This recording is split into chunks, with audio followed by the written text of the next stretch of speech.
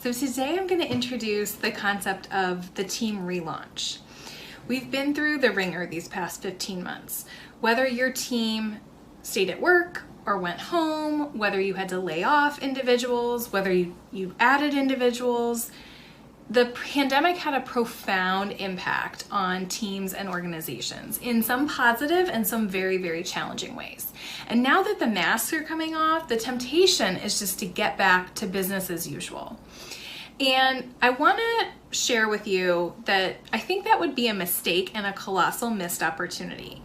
We're living in a really important moment where we're literally redefining what it means to work and live. And even though we're re-emerging from this crisis, from this storm, levels of engagement are still very, very low. People were feeling incredibly disconnected from teammates during the pandemic and organizational psychologist Adam Grant said that the primary emotion of 2021 is what he called languishing.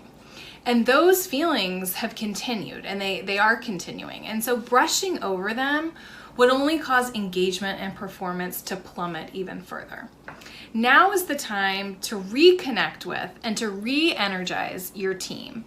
And the way to do that is through a team relaunch. So I'm going to give you a 7-step blueprint on how to relaunch your team to reinvigorate it with energy and connection and purpose. Step 1 is to acknowledge and celebrate. So you really need to acknowledge what we've been through, both individually and collectively as teams, and then to celebrate the fact that we've persevered. If you're having that conversation with your team, it means that you survived it. We're here now, and that's something to celebrate. That's huge. Step 2 is to reflect and learn. So reflect on lessons learned from the pandemic and even prior to the pandemic. What worked well? What didn't work well? What felt good? What felt bad? What felt easy? What felt hard? What strengths were identified? What material weaknesses may have come to light? And how can your team work better together? Step 3 is to recommit to purpose. Purpose is everything. It always has been, but it's especially highlighted right now. And people no longer in corporate America are willing to work just in exchange for pay.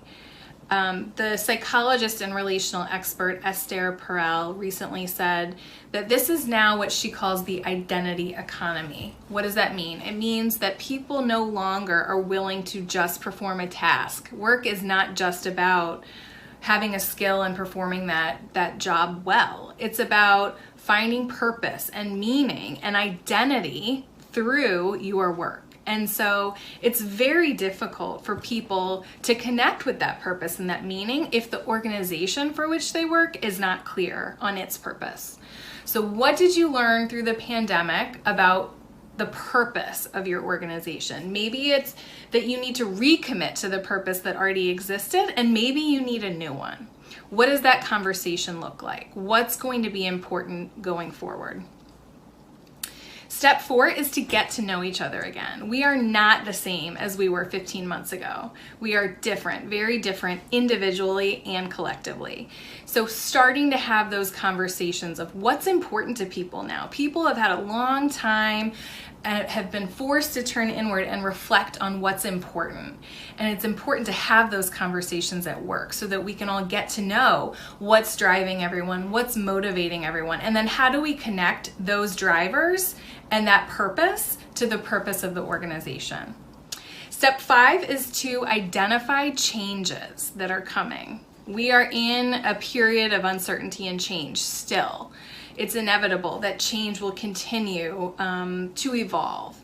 And so understanding what change should look like and what we want it to look like and really being in ownership of that process is going to set your team up for success. So what do you want to start doing? What do you need to stop doing? And what do you want to continue doing? Step 6 is to create working agreements around all of these things that I just discussed, right? What is the change going to look like? How are we going to navigate it together? How are we going to communicate? How are we going to meet everyone's needs? How are we going to serve the purpose of this organization? How are we going to talk to each other? How are we going to meet? What does that need to look like?